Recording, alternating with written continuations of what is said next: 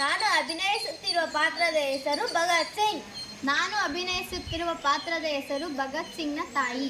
ನಾನು ಅಭಿನಯಿಸುತ್ತಿರುವ ಪಾತ್ರದ ಹೆಸರು ಬ್ರಿಟಿಷ್ ಅಧಿಕಾರಿ. ಭಗತ್, ಅಯ್ಯೋ ಮಗನೇ ಭಗತ್. ಅಮ್ಮ ಅಮ್ಮ ಅಳಬೇಡಮ್ಮ, ಅಮ್ಮ ಅಳಬೇಡಮ್ಮ. ನೀನು ಅಳುವುದನ್ನು ನೋಡಿ ಭಗತ್ ಸಿಂಗ್ನ ತಾಯಿ ಅಳುತ್ತಿದ್ದಾಳೆ ಎಂದು ಆಡಿಕೊಳ್ತಾರಮ್ಮ. ಅಳಬೇಡಮ್ಮ, ಅಳಬೇಡ. ಹೌದಲ್ವಾ? ಆಡಿಕೊಳ್ಳುವ ಈ ಜನರ ಮುಂದೆ ನನ್ನ ಮಗ ಏಕೆ ಕತ್ತಲು ಕೋಣೆಯಲ್ಲಿದ್ದಾನೆ ಅಂತ ಯಾರು ಕೇಳ್ತಿಲ್ವಲ್ಲ ಮಗನೇ. ಅಮ್ಮ, ನಾನು ಇವತ್ತು ಕತ್ತಲ ಕೋಣೆಯಲ್ಲಿರಬಹುದು, ಆದರೆ ನಾನು ನಾಳೆ ಬೆಳಕಿಗೆ ಬಂದೇ ಬರುತ್ತೇನೆ. ಅಕ್ಕಿ ತರ ಸ್ವತಂತ್ರವಾಗಿ ಹಾರಾಡ್ತಿರೋ ನೀನು ಈಗ ಜೈಲು ಸೇರೋದನ್ನ ನೋಡಿ ನಾನು ಏನು ಮಾಡಲಿ ಕಂದ? ಅಮ್ಮ, ಕೆಲವು ದಿನಗಳು ಕಳೆಯಲಿ, ನಾನು ಇಲ್ಲಿಂದ ಸ್ವತಂತ್ರನಾಗಿ ಹೊರಬಂದು ನಿನ್ನ ಜೊತೆ ಓಡಾಡುತ್ತೇನೆ ಅಮ್ಮ. ಈಗ ನೀನು ಅಳುವುದನ್ನು ನನ್ನ ಕೈಯಲ್ಲಿ ನೋಡಲಾಗುವುದಿಲ್ಲಮ್ಮ. ಅಳಬೇಡಮ್ಮ, ಅಳಬೇಡ. ನೀನು ಜೈಲಿಂದ ಹೊರಗೆ ಬರಲ್ಲ, ನಾವಿಬ್ರು ಜೊತೆ ಇರೋಕ್ಕಾಗಲ್ಲ ಅಂತಾನೂ ನನಗೆ ಗೊತ್ತು. ಹಾಗೆ ನಮ್ಮಿಬ್ರದು ಇದು ಕೊನೆ ಭೇಟಿ ಅಂತಾನೂ ನನಗೆ ಗೊತ್ತು ಮಗನೇ. ಅಮ್ಮ, ತಾಯಿನ ಕಾಪಾಡೋದು ಈ ಮಗನ ಕರ್ತವ್ಯ ಅಲ್ವಾ ಅಮ್ಮ? ಹೆತ್ತ ತಾಯಿ ಜನ್ಮ ಕೊಟ್ಟವಳಾದ್ರೆ ಈ ಹೊತ್ತ ತಾಯಿ ಭಾರತಾಂಬೆ ನಮ್ಮನ್ನು ಹೊತ್ತು ಸಲಹಿದ್ದಾಳೆ. ಅವಳ ಋಣ ತೀರಿಸೋದು ತಪ್ಪೇನಮ್ಮ? ವ್ಯಾಪಾರ ಮಾಡೋಕೆ ಅಂತ ಬಂದವರು ಇವತ್ತು ಅವರ ಕಪಿಮುಷ್ಟಿಯಲ್ಲಿ ಇಟ್ಟುಕೊಂಡು ನಮ್ಮನ್ನು ಆಟ ಆಡಿಸ್ತಿದ್ದಾರೆ ಅಮ್ಮ. ಅವರ ಸೊಕ್ಕು ಮುರಿಯದೆ ಸುಮ್ಮನಿರೋಕೆ ಆಗುತ್ತಮ್ಮ? ಹೇಳಮ್ಮ, ಹೇಳು. ಮಗನೇ ನಿನ್ನ ಆದರ್ಶ ಸರಿಯಾಗಿದೆ, ನಾನು ತಪ್ಪಂತ ಹೇಳ್ತಿಲ್ಲ. ಆದರೆ ಇಷ್ಟು ಚಿಕ್ಕ ವಯಸ್ಸಿಗೆ ಇದೆಲ್ಲ ಬೇಡಪ್ಪ. ನೀನು ನನ್ನ ಕಣ್ಮುಂದೆ ನೇಣಿಗೇರೋದ ನನಗೆ ನೋಡಕ್ಕಾಗಲ್ಲಪ್ಪ, ಆಗಲ್ಲ. ಅಮ್ಮ, ಎಲ್ರೂ ತಮ್ಮ ಸ್ವಾರ್ಥನೇ ಬಯಸಿದ್ರೆ ಭಾರತಾಂಬೆನ ಕಾಪಾಡೋದು ಯಾರಮ್ಮ?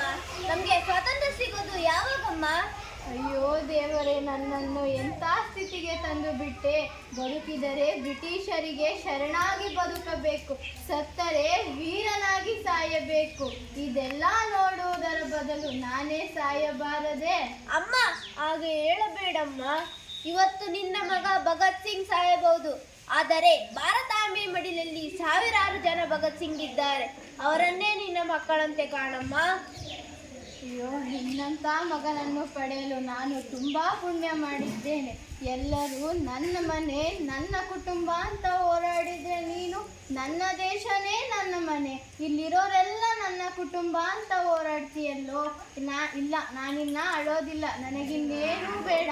ಅಮ್ಮ, ಮುಂದಿನ ಜನ್ಮ ಅಂತ ಇದ್ರೆ ನಾನು ನಿನ್ನ ಮಗನಾಗಿ ನಿನ್ನ ಋಣ ತೀರಿಸ್ತೀನಿ. ಆದರೆ ಈ ಜನ್ಮದಲ್ಲಿ ನನ್ನನ್ನು ಕ್ಷಮಿಸಿ ಬಿಡು. ಆದರೆ ಮಗನೇ, ಭಗತ್, ನಿನ್ನ ಗಲ್ಲಿಗೇರಿಸುವುದು ನಾಳೆ ಅಲ್ಲ, ಇವತ್ತೇ. ಸಂತೋಷ ಸಾಹೇಬ್ರೆ.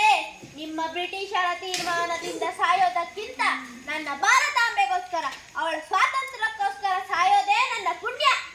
ಆಹಾ, ಸಂತೋಷ ಪಡುತ್ತಿದ್ದೀಯಾ? ನಿನ್ನದು ಬಾಳಿ ಬದುಕುವ ವಯಸ್ಸು, ಸಾಯಬೇಕಾದ ವಯಸ್ಸಲ್ಲ. ನಿನ್ನದು ಕನಸು ಕಾಣುವ ವಯಸ್ಸು, ಹಾಗೂ ಕನಸನ್ನು ನನಸು ಮಾಡುವ ವಯಸ್ಸು, ಸಾಯುವ ವಯಸ್ಸಲ್ಲ. ಸಾಹೇಬ್ರೆ, ನಾನು ಚಿಕ್ಕ ವಯಸ್ಸಿನಿಂದಲೇ ಒಂದು ಕನಸು ಕಂಡಿದ್ದೆ. ಆ ಕನಸೇನಂತ ಕೇಳ್ತೀರಾ? ನಮ್ಮ ಭಾರತಾಂಬೆಯನ್ನು ನಿಮ್ಮ ಕಪಿಮುಷ್ಟಿಯಿಂದ ಬಿಡಿಸಿಕೊಳ್ಳುವ ಕನಸು. ಒಬ್ಬ ಭಗತ್ ಸಿಂಗ್ ಸತ್ತರೇನಂತೆ? ಭಾರತಾಂಬೆ ಮಡಿಲಲ್ಲಿ ಸಾವಿರಾರು ಜನ ಭಗತ್ ಸಿಂಗ್ ಇದ್ದಾರೆ. ಅವರಲ್ಲಿ ಒಬ್ಬ ಭಗತ್ ಸಿಂಗ್ ಬಂದು ನಮಗೆ ಸ್ವಾತಂತ್ರ್ಯ ತಂದು ಕೊಡುತ್ತಾನೆ ಸಾಹೇಬ್ರೆ, ಸ್ವಾತಂತ್ರ್ಯ ತಂದು ಕೊಡುತ್ತಾನೆ. ಈ ಮಣ್ಣಿಗೋಸ್ಕರ ಪ್ರಾಣ ಬಿಡ್ತೀಯಾ? ಏನು?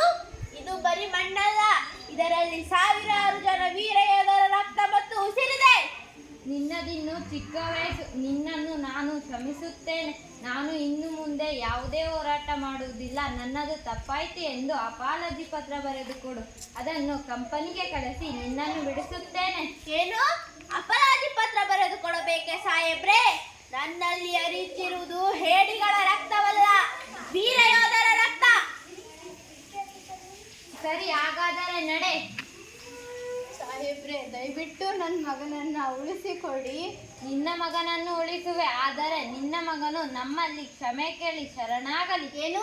ನಮ್ಮ ಮಗ ನಿನ್ನ ಬಳಿ ಕ್ಷಮೆ ಕೇಳಿ ಶರಣಾಗಬೇಕೆ? ಅದು ಎಂದಿಗೂ ಸಾಧ್ಯವಿಲ್ಲ. ಸತ್ತರೆ ನನ್ನ ಮಗ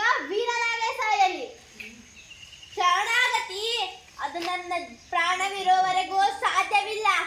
ನಾನು ನಿಮ್ಮ ಬಳಿ ಕ್ಷಮೆ ಕೇಳುವುದಿಲ್ಲ. ನನ್ನ ಪ್ರಾಣ ಬಿಡುತ್ತೇನೆ ಹೊರತು ನಿಮ್ಮ ಬಳಿ ಕ್ಷಮೆ ಕೇಳುವುದಿಲ್ಲ ಸಾಹೇಬ್ರೆ, ನಿಮ್ಮ ಬಳಿ ಕ್ಷಮೆ ಕೇಳುವುದಿಲ್ಲ. ನೋಡು ಭಗತ್, ಇನ್ನೊಮ್ಮೆ ಯೋಚಿಸು. ಏನು? ನನ್ನನ್ನು ನಿಮ್ಮ ಅಡಿಯಾಳಾಗಿಸುವ ತಾಕತ್ತು ನಿಮಗಿಲ್ಲ ಸಾಹೇಬ್ರೆ. ಇಕ್ವಿಲಾಲ್ ಜಿಂದಾಬಾದ್, ಇಕ್ವಿಲಾಲ್ ಜಿಂದಾಬಾದ್. ಇವನನ್ನು ನೇಣು ಕುಣಿಕೆಗೆ ಸಜ್ಜುಗೊಳಿಸಿ.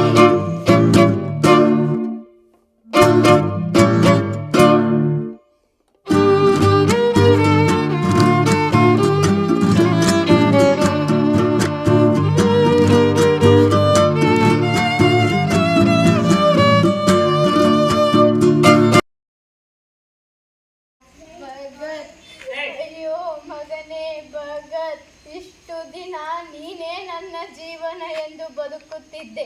ನಿನ್ನ ಗುರಿಯಲ್ಲಿ ನನ್ನ ನಗು ಕಾಣುತ್ತಿತ್ತು. ಆದರೆ ಈಗ ನೀನೇ ಇಲ್ವಲ್ಲೋ. ಇಲ್ಲ, ನಾನಿನ್ನ ಅಳೋದಿಲ್ಲ. ನಿನ್ನ ಸ್ವಾತಂತ್ರ್ಯದ ಕನಸೇ ನನ್ನ ಕನಸು, ನಿನ್ನ ಗುರಿಯೇ ನನ್ನ ಗುರಿ. ಈ ದೇಶದಲ್ಲಿ ಸ್ವಾತಂತ್ರ್ಯಕ್ಕಾಗಿ ಯಾರ್ಯಾರು ಹೋರಾಡ್ತಿದ್ದಾರೋ ಪ್ರತಿಯೊಬ್ಬರು ನನ್ನ ಮಕ್ಕಳು ಮಗ, ನನ್ನ ಮಕ್ಕಳು.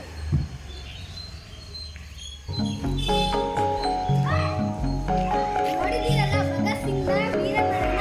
ಅಂದು ಇಂಥವರ ಬದುಕು ನಮ್ಮ ದೇಶಕ್ಕಾಗಿ ಇರಲಿಲ್ಲವಾಗಿದ್ದರೆ ಇವತ್ತಿನವರೆಗೂ ನಾವು ಬ್ರಿಟಿಷರ ದಾಸ್ಯದಲ್ಲಿಯೇ ಇರಬೇಕಾಗುತ್ತಿತ್ತು. ನಾವು ಅಂದು ನಮ್ಮವರು ಮಾಡಿದ ತ್ಯಾಗ ಫಲವಾಗಿ ಇಂದು ನಾವು ನಮ್ಮ ಮನೆಯಲ್ಲಿ ಸುಖವಾಗಿದ್ದೇವೆ. ನಾವೆಲ್ಲರೂ ನಮ್ಮಲ್ಲಿಯೇ ಕಚ್ಚಾಡುವ ಬದಲು ನಮ್ಮವರು ಗಳಿಸಿದ ಸ್ವಾತಂತ್ರ್ಯ ಹೋರಾಟದ ಸ್ಮರಣೆ ಮಾಡಿದರೆ ಅವರು ಹೋರಾಟಕ್ಕೆ ನಿಜವಾದ ಫಲ ನೀಡಿದಂತೆ. ಹೋರಾಟಗಾರರ ಉನ್ನತ ಆದರ್ಶ ಪಾಲಿಸುತ್ತಾ ದೇಶವನ್ನು ಉಳಿಸಿ ಗೌರವ ಹೆಚ್ಚಿಸೋಣ. ಧನ್ಯವಾದಗಳು.